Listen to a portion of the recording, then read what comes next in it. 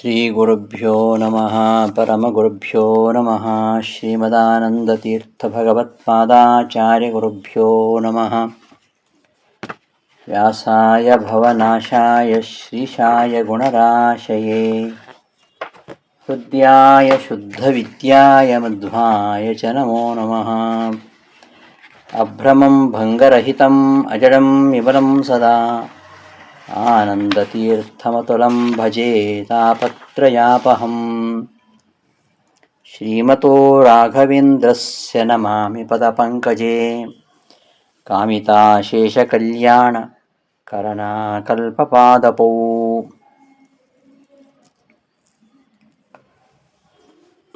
ತಪಸ್ವಾಧ್ಯಾಯ ಶುಶ್ರೂಷಾ ಕೃಷ್ಣಪೂಜಾರತಂ ಮುನಿಂ ವಿಶ್ವೇಶಮಿಷ್ಟದಂ ವಂದೇ ಪರಿವ್ರಾಟ್ ಚಕ್ರವರ್ತಿನಂ.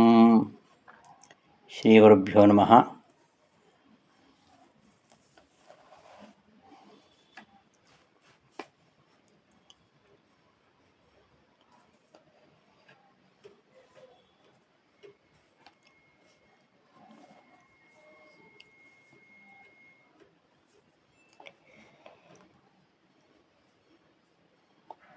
ಗುರುಗುಣಸ್ತವನ ವಿಶೇಷವಾಗಿ ರಾಯರಿರ್ತಕ್ಕಂತಹ ಗುಣಗಳನ್ನು ಹಾಡಲಿಕ್ಕೆ ಹೊರಟಿರ್ತಕ್ಕಂತಹ ಒಂದು ಕೃತಿ. ಗುರುಗುಣಸ್ತವನಕ್ಕೆ ಗುರುಗುಣಸ್ತವನವೇ ಸರಿಸಾಟಿ. ಇದರಲ್ಲಿ ಅವ್ಯಕ್ತವಾದ ಅದ್ಭುತವಾದ ಒಂದು ಸಂವೇದನದ ಅನುಭವ ನಮಗೆ ಇವತ್ತಿಗೂ ಕೂಡ ಆಗುತ್ತೆ. ಈ ಗುರುಗುಣಸ್ತವನ ಒಂದು ಕಾವ್ಯ ಅಂತಲೂ ಪರಿಗಣನೆ ಮಾಡಿದ್ದಾರೆ. ಕಾವ್ಯಕ್ಕೂ ಸ್ತವನಕ್ಕೂ ಸ್ವಲ್ಪ ವ್ಯತ್ಯಾಸ ಇದೆ. ಕವಿಯ ಅನುಭವಕ್ಕೆ ಹಿಡಿದ ಕನ್ನಡಿ ಕಾವ್ಯ ಆದರೆ, ಅದು ಸ್ತವನ ಎಂಬುದು ಭಾವುಕ ಭಕ್ತನ ಒಂದು ಶರಣಾಗತಿಯ ಪ್ರತೀಕ ಅಂತ ಹೇಳ್ತಾರೆ. ಸಾಮಾನ್ಯತಃ ಸಾಹಿತ್ಯ ಪರಿಕರಗಳಲ್ಲಿ ನಾವು ಸ್ತೋತ್ರವನ್ನು ಒಂದು ಪ್ರಕಾರವಾಗಿ ಕಾಣ್ತೇವೆ, ಸ್ತೋತ್ರ ಸಾಹಿತ್ಯ. ಆದರೆ ಸಮಗ್ರ ಕಾವ್ಯವೇ ಸ್ತವನ ರೂಪ ತಳೆದಾಗ ಅದರ ಅಭಿವ್ಯಕ್ತಿ ಹೇಗಿರಬೇಡ. ಇದು ಕಾವ್ಯವೂ ಆಗಿ ಸ್ತವನವೂ ಆಗಿ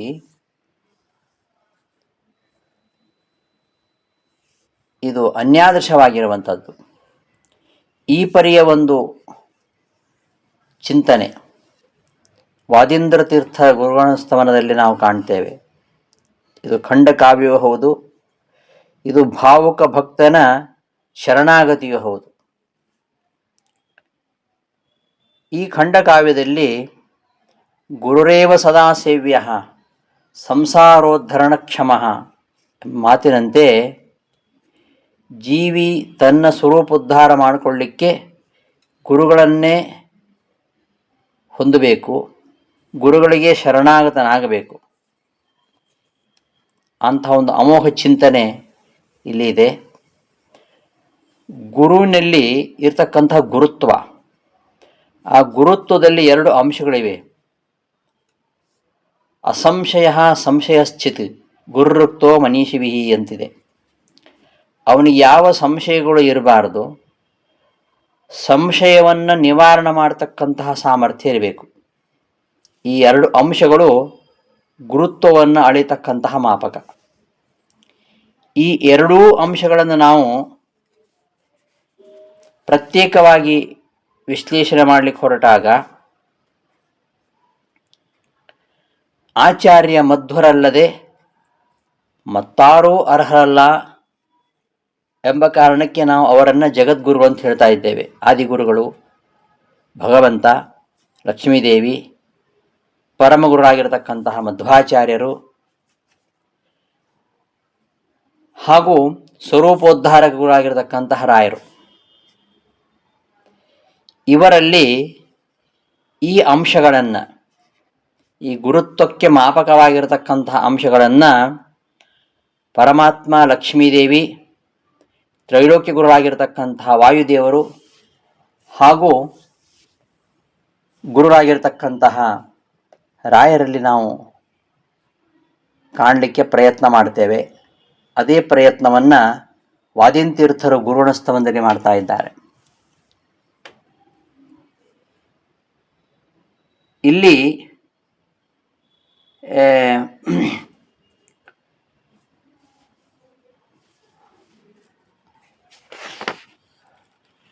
ಇರತಕ್ಕಂತಹ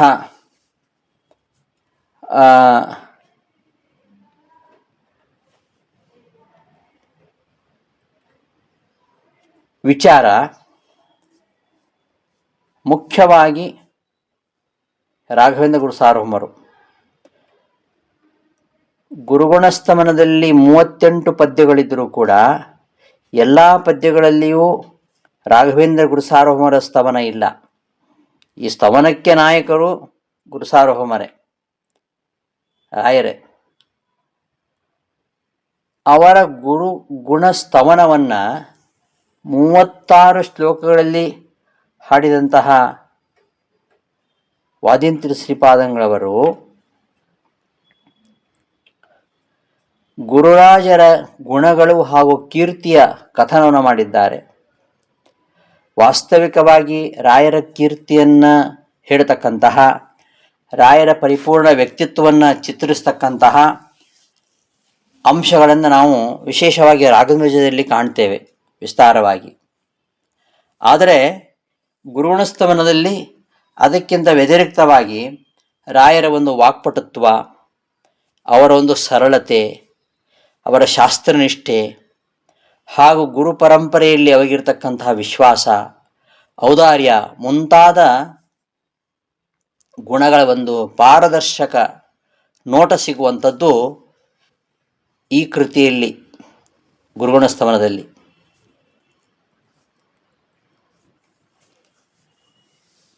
ಈ ಕೃತಿಯ ಒಂದು ಪ್ರಖರತೆಯನ್ನು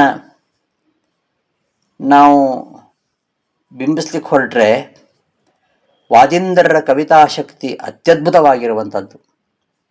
ವಿರಿಂಚಿ ಪ್ರಪಂಚೇ ಮದನ್ಯ ಕವಿಕ್ಕಃ ಅಂತ ಹೇಳ್ಬೋದು. ವಾಸ್ತವವಾಗಿ ಈ ಮಾತುಗಳು ಬೇರೆ ರೀತಿಯಾದ ಚಿಂತನೆಗೆ ಅವಕಾಶ ಮಾಡಿಕೊಡಬಹುದಾದರೂ ಕೂಡ ಇಲ್ಲಿ ಶಂಕೆ ಅಲ್ಲ, ಇದು ಅವರು ಆತ್ಮವಿಶ್ವಾಸ ರೂಪದಲ್ಲಿ ಭಕ್ತಿ ಪರವಶತೆಯಲ್ಲಿ ಆಡ್ತಕ್ಕಂತಹ ಮಾತು ಅಂತ ಹೇಳ್ಬೋದು. ಆದರೆ ಎಲ್ಲಿಯೂ ಅವರು ಹಾಗೆ ಹೇಳುವುದಿಲ್ಲ. ಹಾಗೆ ಆ ಥರ ಚಿತ್ರಣ ಮಾಡಿದ್ದಾರೆ. ವಿರಿಂಚಿ ಪ್ರಪಂಚೇ ಮದನ್ಯ ಕವಿಕ್ಕಃ ಅಂತ ನಮಗನ್ಸತ್ತೆ ಇವರ ಕವಿತಾಶಕ್ತಿಯನ್ನು ನೋಡುವಾಗ. ಆದರೆ ಬಹಳ ಅವರು ವಿನೀತರಾಗಿ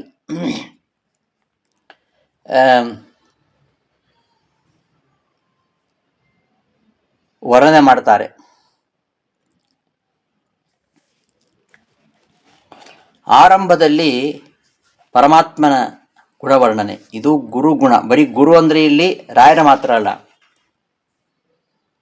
ಭಗವಂತ, ಲಕ್ಷ್ಮೀದೇವಿ, ಮಧ್ವಾಚಾರ್ಯರು ಮತ್ತು ಈ ಮಧ್ವಾಚಾರ್ಯ ಪರಂಪರೆಯಲ್ಲಿ ಬಂದಂತಹ ಕೆಲವು ಗುರುಗಳು, ಕೊನೆಗೆ ರಾಯರು, ಇವರೆಲ್ಲರ ಗುಣಗಳನ್ನು ಸ್ತವನ ಮಾಡಿದ್ದಾರೆ. ಆರಂಭದಲ್ಲಿ ನಾರಾಯಣ ಗುಣವರ್ಣನೆ ಮಾಡ್ತಾ ಬುಧಜನತ್ರಾಣ ದಕ್ಷ ಕಟಾಕ್ಷ ಅಂತ ಹೇಳಿದ್ದಾರೆ. ಸಜ್ಜನರನ್ನು ರಕ್ಷಣೆ ಮಾಡುವುದರಲ್ಲಿ ಸಮರ್ಥವಾಗಿರತಕ್ಕಂತಹ ಕಟಾಕ್ಷವನ್ನು ವರ್ಣನೆ ಮಾಡಿದ್ದಾರೆ. ಸ್ವಲ್ಪ ವಿಚಾರ ಮಾಡಿದರೆ ಭಗವಂತನ ಕಟಾಕ್ಷ ಅದು ಉದಯಿಸ್ತಕ್ಕಂತಹ ಕಮಲಗಳ ಕಾಂತಿಯನ್ನು ನಾಶಿಸುವಲ್ಲಿ ಸಮರ್ಥ. ಅಷ್ಟು ಮಾತ್ರ ಅಲ್ಲ, ಸಮುದ್ರ ಮಥನ ಕಾಲದಲ್ಲಿ ಉದಯಿಸಿದಂತಹ ಚಂದ್ರನ ಕಾಂತಿಯ ಗರ್ಭವನ್ನೂ ಕೂಡ ಭಂಗ ಮಾಡಲಿಕ್ಕೆ ಸಮರ್ಥ ಅಂತ ಹೇಳ್ತಾ ಇದ್ದಾರೆ ಅಲ್ಲಿ. ಇದು ಅತಿಶಯೋಕ್ತಿ ಅಲ್ಲ, ಅಥವಾ ಕವಿ ಚಿಂತನೆ ಅಲ್ಲ. ಭಗವಂತನ ಸ್ವರೂಪ ಅದು ಅಚಿಂತ್ಯ. ಭಗವಂತನ ಈ ಪರಿಯ ಚಿಂತನೆಯನ್ನ, ಅಂದರೆ ಆ ಕಟಾಕ್ಷವೆಂಬುದು ಜ್ಞಾನಾನಂದಮಯವಾದ ಭಗವತ್ ಸ್ವರೂಪ ಎಂಬುದು ಸೂಕ್ಷ್ಮವಾಗಿ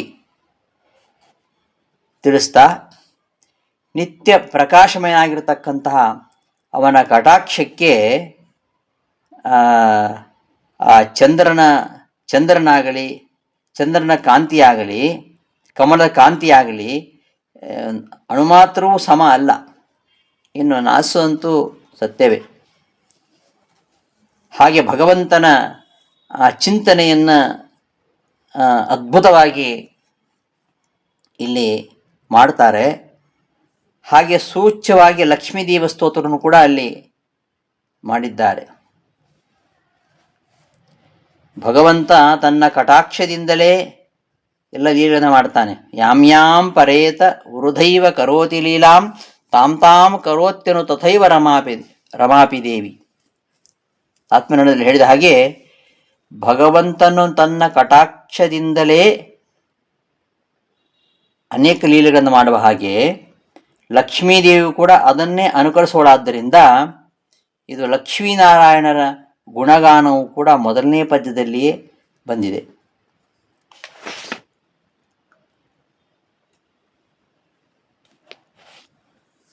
ಅನಂತರ ವಾಯುದೇವರ ಅವತಾರತ್ರಯಗಳ ಸ್ತವನ, ಅಲ್ಲಿ ಕೂಡ ಅಂತರ್ಯಾಮಿಯಾಗಿರತಕ್ಕಂತಹ ಭಗವಂತನ ಉಪಾಸನೆಯನ್ನೇ ಮಾಡಿದ್ದಾರೆ. ಉದ್ವೇಲೌ ವ್ಯಾಸತಂತ್ರೌ ವ್ಯವಸಿತ ನಿಖಿಲಾಭಿದ್ಯ ಹೃದಯಾನವದ್ಯಾನಂತತ್ರಯಂತ ಭಾವ ಪ್ರಕಟನ ಘಟನಾ ಸರ್ವತಂತ್ರಸ್ವತಂತ್ರೇ ಸಂವರ್ಣೇ ಮಂತ್ರವರ್ಣೈ ಅನಿತರ ವಿಷಯ ಸ್ಪರ್ಶಭಿ ಪಾವಮಾನೆ ರೂಪೇ ಲೋಕೈಕದೀಪೆ ಪ್ರಸರತ ಹೃದಯ ಮಾಮಕಂ ಮಧ್ವನಾಮ್ನಿ. ಮಧ್ವ ಸಂಬಂಧಿಯಾಗಿರತಕ್ಕಂತಹ, ಮುಖ್ಯಪ್ರಾಣ ಸಂಬಂಧಿಯಾಗಿರತಕ್ಕಂತಹ ಅವತಾರ ರೂಪ ಮಧ್ವರಲ್ಲಿ ನನ್ನ ಸಂಬಂಧಿಯಾಗಿರತಕ್ಕಂತಹ ಮನಸ್ಸು ವಿಶೇಷವಾಗಿ ಸಾಗಲಿ ಅಂತ ಹೇಳ್ತಾರೆ. ಇಲ್ಲಿ ಶ್ರೀಮದಾಚಾರ್ಯರ ಗುಣಸ್ತವನೂ ಇದೆ, ಮೂಲ ಗುರುಗಳಾಗಿರತಕ್ಕಂತಹ ವೇದವ್ಯಾಸರ ಗುಣವರ್ಣನೆ ಇದೆ. ಉದ್ವೇಲೌ ವ್ಯಾಸತಂತ್ರೌ ವ್ಯವಸಿತ ನಿಖಿಲಾಭಿದ್ಯ ಹೃದಯಾನವದ್ಯಾನಂತತ್ರಯಂತ ಭಾವ ಪ್ರಕಟನ ಘಟನಾ ಸರ್ವತಂತ್ರ ಸ್ವತಂತ್ರೇ. ಅಪರಿಮಿತವಾದ ಬಾದರಾಯಣರಿಂದ ಪ್ರಣೀತವಾದ ಶಾಸ್ತ್ರಗಳಿಂದ ವ್ಯವಸಿತ ವಿಶೇಷವಾಗಿ ನಿರ್ಣಯಿಸಲ್ಪಟ್ಟ ನಿಖಿಲಾಭಿಜ್ಞ ಹೃದಯ ಸಮಸ್ತ ಜ್ಞಾನಿಗಳಿಗೂ ಮನವೊಪ್ಪುವ ಅನವದ್ಯ ನಿರ್ದುಷ್ಟವಾದ ಅನಂತ ಅಪರಿಮಿತವಾದ ತ್ರಯ್ಯಂತ ಭಾವ ವೇದೋಪನಿಷತ್ತುಗಳ ಅಭಿಪ್ರಾಯದ ಪ್ರಕಾಶನದಲ್ಲಿ ಘಟನಾ ಸಮರ್ಥನೆಯಲ್ಲಿ ಸರ್ವತಂತ್ರ ಎಲ್ಲ ದರ್ಶನಗಳಲ್ಲಿಯೂ ಸ್ವತಂತ್ರರಾದ ಅನಿತರ ವಿಷಯ ಸ್ಪರ್ಶಿಭಿ ಇತರ ವಿಷಯಗಳಿಗೆ ಸಂಬಂಧಿಸದ ಕೇವಲ ಮಧ್ವರನ್ನು ಮಾತ್ರ ಪ್ರತಿಪಾದಿಸುವ ಮಂತ್ರವರ್ಣೈ ವೇದ ಮಂತ್ರಗಳಿರುವ ಸ್ತೋತ್ರಗಳಿಂದ ಸಂವರ್ಣೆ ಮುಖ್ಯ ಪ್ರತಿಪಾದ್ಯನಾದ ಲೋಕೈಕದೀಪೇ ಸಜ್ಜನರಿಗೆ ಮುಖ್ಯವಾದ ಬೆಳಕು ಬೀರತಕ್ಕಂತಹ ಮಧ್ವ ಎಂಬ ಹೆಸರಿನ ರೂಪದಲ್ಲಿ ನನ್ನ ಮನಸ್ಸು ವಿಶೇಷವಾಗಿ ಸಾಗಲಿ ಅಂತ ಹೇಳುವ ಮೂಲಕವಾಗಿ ಇಲ್ಲಿ ಆರಂಭದಲ್ಲಿ ಉದ್ವೇಲ ವ್ಯಾಸತಂತ್ರ ಅಪರಿಮಿತವಾದ ಬಾದರಾಯಣ ಪ್ರಣೀತ ಶಾಸ್ತ್ರಗಳಿಂದ ವಿಶೇಷವಾಗಿ ನಿರ್ಣಯಿಸಲ್ಪಟ್ಟ ಅಂತ ಹೇಳುವ ಮೂಲಕವಾಗಿ ವೇದವ್ಯಾಸರ ಗುಣವರ್ಣನೆಯು ಕೂಡ ಇದೆ. ಗುರುರ್ಗುರುಣಾಂ ಪ್ರಭವಃ ಶಾಸ್ತ್ರಾಣಾಂ ಬಾದರಾಯಣಃ ಯತಸ್ತವಿತಮ್ಮಾನಂ ಅಜಾದಿಭ್ಯಸ್ತದರ್ಥಃ ಅಂತ ಅನುವ್ಯಾಖ್ಯಾನದಲ್ಲಿ ಮಧ್ವಾಚಾರ್ಯರು ಹೇಳಿದ ಹಾಗೆ ವೇದವ್ಯಾಸರು ಬ್ರಹ್ಮರುದ್ರೇಂದ್ರಾದಿಗಳಿಂದ ಪ್ರಾರ್ಥಿತರಾಗಿ ಭೂಮಿಯಲ್ಲಿ ಅವತಾರ ಮಾಡಿ ಅಪಾರವಾಗಿರತಕ್ಕಂತಹ ವೇದರಾಶಿಯನ್ನು ವಿಭಾಗ ಮಾಡಿದರು. ಬ್ರಹ್ಮಸೂತ್ರ, ಪಂಚರಾತ್ರಾಗಮ, ಮಹಾಭಾರತ, ಅಷ್ಟಾಶ ಪುರಾಣ ಮೊದಲಾದವುಗಳನ್ನು ರಚನೆ ಮಾಡಿದರು. ಈ ಎಲ್ಲ ಗ್ರಂಥಗಳು ಅಪಾರವಾಗಿವೆ. ಅದನ್ನೇ ಇಲ್ಲಿ ಉದ್ವೇಲವ ವ್ಯಾಸತಂತ್ರ, ಅಪಾರವಾಗಿವೆ ಹಾಗೂ ಅಗಮ್ಯವಾಗಿವೆ. ಆದ್ದರಿಂದಲೇ ಉದ್ವೇಲ ವ್ಯಾಸತಂತ್ರ ಅಂತ ಇಲ್ಲಿ ವಾದಿತೀರ್ಥರು ಹೇಳ್ತಾ ಇದ್ದಾರೆ. ತಂತ್ರ ಅಂದರೆ ಶಾಸ್ತ್ರ. ಮಧ್ವಾಚಾರ್ಯರು ಅಂತಹ ವೇದವ್ಯಾಸರಿಂದ ರಚಿತವಾಗಿರತಕ್ಕಂತಹ ಅಪಾರವಾದ ಶಾಸ್ತ್ರಗ್ರಂಥಗಳಿಂದ ಸಕಲ ಶಾಸ್ತ್ರ ಪ್ರಮೇಯಗಳನ್ನು ಚೆನ್ನಾಗಿ ತಿಳಿದು ವೇದೋಪನಿಷತ್ತುಗಳ ನಿರ್ದಿಷ್ಟವಾದ ಅರ್ಥವನ್ನು ಸರಿಯಾಗಿ ಪ್ರಕಾಶಪಡಿಸುವಲ್ಲಿ ಪರರ ಅನಪೇಕ್ಷರಾಗಿ ಸ್ವತಂತ್ರರಾಗಿದ್ದಾರೆ ಅಂತ ಹೇಳುವ ಮೂಲಕವಾಗಿ ಶ್ರೀಮದಾಚಾರ್ಯರ ಒಂದು ಪ್ರತಿಭೆ, ಅವರ ಗ್ರಂಥ ರಚನಾ ಕೌಶಲ, ಅವರ ಜ್ಞಾನಗುಣ, ಅವರ ಕೃಪೆ ಮೊದಲಾದ ಗುಣಗಳನ್ನು ಇಲ್ಲಿ ಸ್ತವನ ಮಾಡ್ತಾ ಇದ್ದಾರೆ. ಅಂತಹ ಮಧ್ವಾಚಾರ್ಯರು ಸರ್ವಜ್ಞರು, ಪೂರ್ಣಬೋಧರು, ಅವರೇ ಲೋಕೈಕ ದೀಪರು. ಪವಮಾನ ನಾಮಕ ಹರಿಗೆ ಅತ್ಯಂತ ಪ್ರೀತ್ಯಾಸ್ಪದರಾಗಿರ್ತಕ್ಕಂಥವ್ರು. ವಾಯುಸ್ಥಮಾಶ್ರಿತಾದೇವಾಹ ಪವಮಾನಾಭಿಧಂ ಹರಿಂ ಸಂಸಾರ ವಾದಯಿತ್ವಾ ಯತ್ ಮಹಾನಂದೇ ವಿನೋತ್ಯಯಂ ಪವಮಾನಸ್ತತೋ ವಿಷ್ಣು ವ್ಯಾಪ್ತಃ ಸರ್ವಾಸು ದೀಕ್ಷೆ ಅಂತ ಐತರೇಯ ಭಾಷ್ಯದಲ್ಲಿ ಹೇಳಿದ ಹಾಗೆ ಪವಮಾನ ನಾಮಕ ಹರಿಗೆ ಅತ್ಯಂತ ಪ್ರೀತಿಪಾತ್ರರಾಗಿದ್ದಾರೆ. ಪವಿತ್ರೀಕರಿಸುವುದರಿಂದ ಅವರು ಪವಮಾನ ಶಬ್ದ ವಾಚ್ಯರಾಗಿದ್ದಾರೆ. ಇಂತಹ ಮುಖ್ಯಪ್ರಾಣ ಅವತಾರರಾಗಿರ್ತಕ್ಕಂತಹ ಶ್ರೀಮದಾಚಾರ್ಯರಲ್ಲಿ ಸದಾ ವಿಷ್ಣು ಸನ್ನಿಹಿತನಾಗಿದ್ದಾನೆ ಎಂಬುದನ್ನು ತಿಳಿಸ್ಲಿಕ್ಕೋಸ್ಕರವಾಗಿ ಪಾವಮಾನಿ ಅಂತ ಶಬ್ದ ಪ್ರಯೋಗ ಮಾಡಿದರು. ಪಾವಮಾನಿ ಶಬ್ದ ಪ್ರಯೋಗ ಮಾಡಿದ ಉದ್ದೇಶ ಅದು. ಇಂತಹ ಸಂಸಾರದಲ್ಲಿ ಪವಮಾನ ನಾಮಕನಾಗಿರ್ತಕ್ಕಂಥ ಹರಿ ಅವನು ಸಂಸಾರದಲ್ಲಿ ಜೀವರನ್ನು ಮುಕ್ತಗೊಳಿಸಿ ಮಹಾನಂದದಲ್ಲಿ ಮುಳುಗಿಸುವುದರಿಂದಾಗಿ ವಿಷ್ಣು ಪವಮಾನ ಶಬ್ದವಾಚ್ಯನಾಗಿದ್ದಾರೆ. ಇಂತಹ ವಿಷ್ಣು ಮುಖ್ಯ ಪ್ರಾಣಾವತಾರ ಮಧ್ವಾಚಾರ್ಯರಲ್ಲಿ ಸದಾ ಸನ್ನಿಹಿತನಾಗಿದ್ದಾನೆ ಎಂಬುದನ್ನು ತಿಳಿಸೋಕ್ಕೋಸ್ಕರವಾಗಿ ವಾದಿತೀರ್ಥರು ಪಾವಮಾನೆ ಎಂಬ ಶಬ್ದವನ್ನು ಬಳಸ್ತಾರೆ.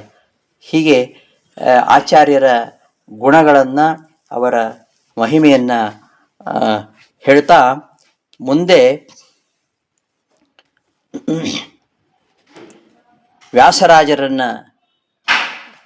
ವ್ಯಾಸರಾಜರ ಗುಣಗಾನವನ್ನು ಮಾಡ್ತಾರೆ.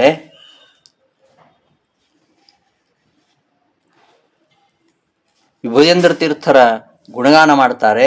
ಸಂಯಮೀಂದ್ರ, ವಿಭುಧೇಂದ್ರನ್ನ ಸಂಯಮೀಂದ್ರ ಅಂತ ಕರೀತಾರೆ. ಸಂಯಮ ಅಂದರೆ ಶಮದಮಾದಿ ಉಳ್ಳವರು.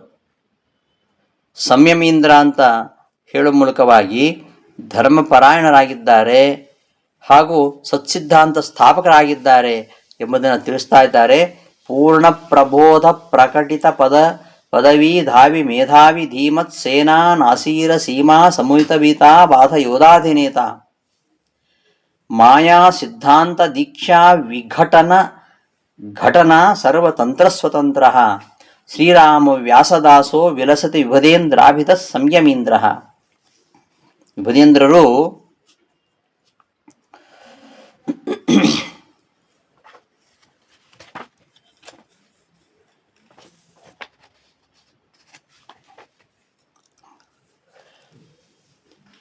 ಪೂರ್ಣಪ್ರಬೋಧ ಪ್ರಕಟಿತ ಶ್ರೀಮತ್ ಪೂರ್ಣಪ್ರಬೋಧ ಕಾಂತಿಯುಕ್ತರಾದ ಮಧ್ವಾಚಾರ್ಯರಿಂದ ಪ್ರಕಾಶಿಸಲ್ಪಟ್ಟ ಸತ್ಸಿದ್ಧಾಂತದ ಪಥದಲ್ಲಿ ಚಲಿಸ್ತಕ್ಕಂತಹ ಮೇಧಾಶಕ್ತಿ ಸಂಪನ್ನರಾಗಿರತಕ್ಕಂತಹ ಏನು ಜ್ಞಾನಿಗಳೆಂಬ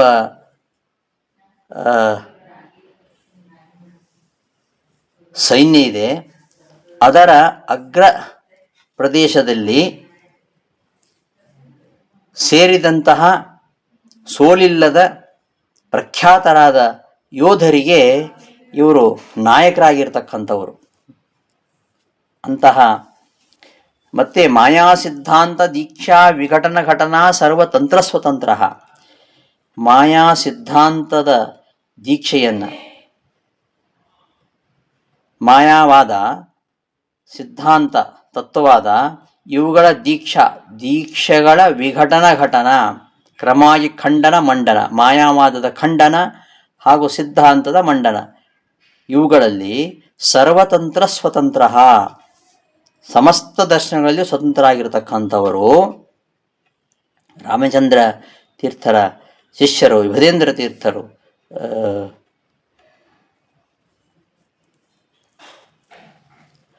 ಶ್ರೀರಾಮ ವ್ಯಾಸದಾಸ, ರಾಮಚಂದ್ರನ ಹಾಗೂ ವೇದವ್ಯಾಸರ ಭೃತ್ಯರಾಗಿರತಕ್ಕಂತಹ ವಿಭುಧೇಂದ್ರರೆಂಬ ಹೆಸರುಳ್ಳ ಸಂಯಮೀಂದ್ರ ಯತಿಶ್ರೇಷ್ಠರು ಪ್ರಕಾಶಿಸ್ತಾರೆ ಅಂತ ಹೇಳುವ ಮೂಲಕವಾಗಿ ವಿಭುಧೇಂದ್ರ ತೀರ್ಥರು ಮಾಯಾವಾದವನ್ನು ನಿರಸನ ಮಾಡಿ ವೈಷ್ಣವ ಸಿದ್ಧಾಂತವನ್ನು ಪ್ರತಿಷ್ಠಾಪಿಸುವಲ್ಲಿ ಅಗ್ರಣ್ಯರಾಗಿದ್ದಾರೆ ಎಂಬ ವಿಚಾರವನ್ನು ಹೇಳ್ತಾರೆ. ರಾಮಚಂದ್ರ ತೀರ್ಥರ ಶಿಷ್ಯರಾಗಿರತಕ್ಕಂತಹ ಇವರು ನರಸಿಂಹನಲ್ಲಿ ತಪಸ್ಸನ್ನು ಮಾಡ್ತಾ ಅಹೋಬಲ ನರಸಿಂಹದೇವರ ಅನುಗ್ರಹದಿಂದ ಉದ್ದಾಮ ಪಂಡಿತರು ಆಗಿದ್ದರು ಅಂತ ಖ್ಯಾತಿ ಇತ್ತು. ಅಂತಹ ವಿಭುಧೇಂದ್ರ ತೀರ್ಥರು ಸಮಸ್ತ ಪ್ರತಿವಾದಿ ಪಂಡಿತ ಪ್ರಕಾಂಡರನ್ನು ವಾದದಲ್ಲಿ ಗೆದ್ದು ಅವರಿಂದ ಪಡೆದುಕೊಂಡಿರತಕ್ಕಂತಹ ಜಯಪತ್ರಿಕೆಗಳನ್ನು ಶ್ರೀಹರಿಗೆ ಸಮರ್ಪಣೆ ಮಾಡಿದರು ಎಂಬ ವಿಚಾರವನ್ನು ಇಲ್ಲಿ ಉಲ್ಲೇಖಿಸ್ತಾರೆ.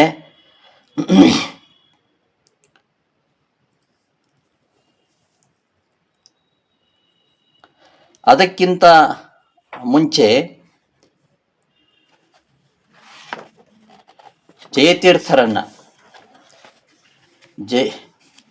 ವಿಜ್ಞಾನೋದರ್ಕ ತರ್ಕ ಪ್ರತಿಪದ ಮಧುರೋದಾರ ಸಂದರ್ಭ ಗರ್ಭ ಪ್ರೌಢಾನೇಕ ಪ್ರಬಂಧ ಪ್ರಕಟಿತ ಭಗವತ್ ಪಾದ ಭಾಷ್ಯಾಧಿಭಾವ ಮಿಥ್ಯಾ ವಾದಾಪವಾದ ಪ್ರಕುಪಿತ ವಿಮತಧ್ವಾಂತ ಸಂತಾನ ಭಾನು ಜಿಯಾದ್ ಅನ್ಯೈರಜಯ್ಯ ತ್ರಿಭುವನ ವೇತಾಶ್ಚರ್ಯ ಚರ್ಯೋಜಯಾರ್ಯ. ಆ ವಾದಿನ್ ತೀರ್ಥರು ಬಳಸ್ತಕ್ಕಂಥ ಒಂದೊಂದು ವಿಶೇಷಣಗಳು. ಜಯಾರ್ಯರು ಎಂಥವರು ಅಂದರೆ ತ್ರಿಭುವನ ವಿದಿತಾಶ್ಚರ್ಯ ಚರ್ಯ, ಮೂರು ಲೋಕಗಳಲ್ಲಿಯೇ ತ್ರಿಭುವನ ವಿದಿತ ಆಶ್ಚರ್ಯ ಚರ್ಯ, ಮೂರು ಲೋಕಗಳಲ್ಲಿಯೂ ಪ್ರಸಿದ್ಧವಾಗಿರತಕ್ಕಂತಹ ಆಶ್ಚರ್ಯಕರವಾಗಿರತಕ್ಕಂತಹ ಚರಿತ್ರೆ ಅವರದು.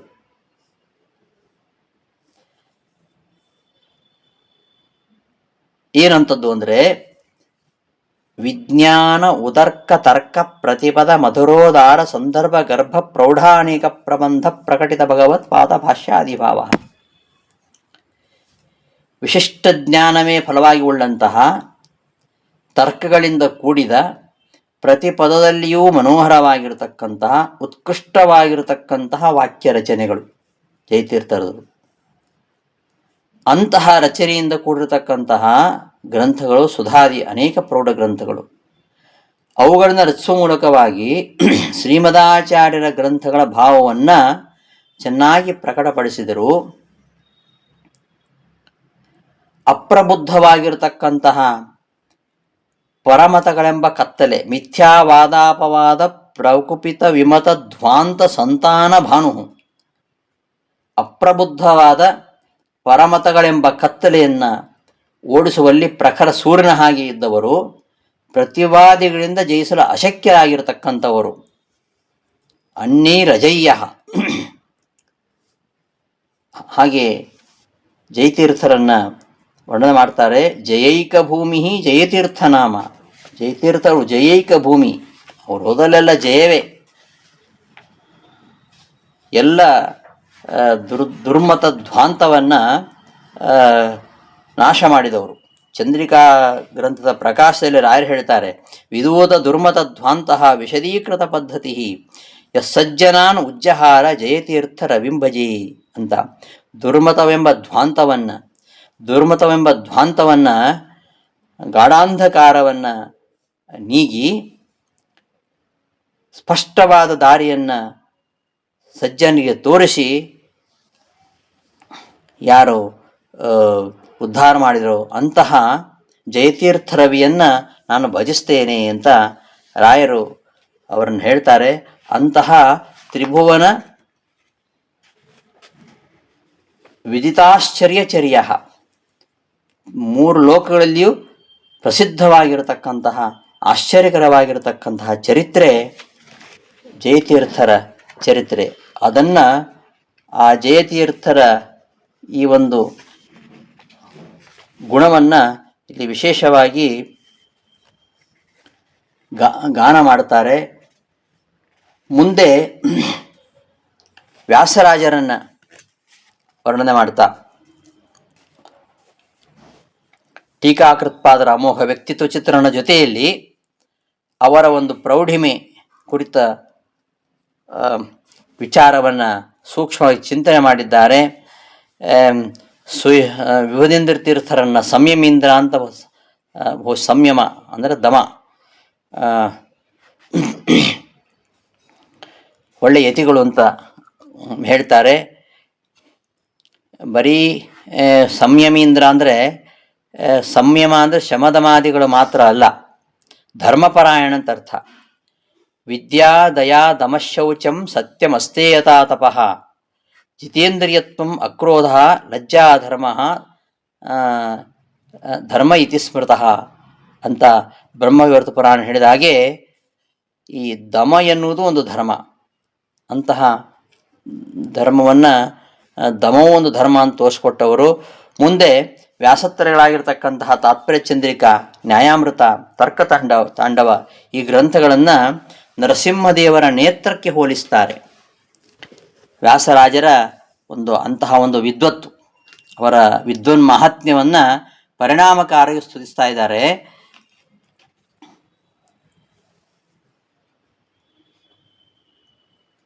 ತಾತ್ಪರ್ಯ ಚಂದ್ರಿಕಾ, ನ್ಯಾಯಾಮೃತ, ತರ್ಕತಾಂಡವ ಎಂಬ ಉದ್ಗ್ರಂಥಗಳು ಮಧ್ವ ಸಿದ್ಧಾಂತವನ್ನು ಸ್ಪಷ್ಟವಾಗಿ ನೋಡತಕ್ಕಂತಹ ಮೂರು ಕಣ್ಣುಗಳು ಅಂತ.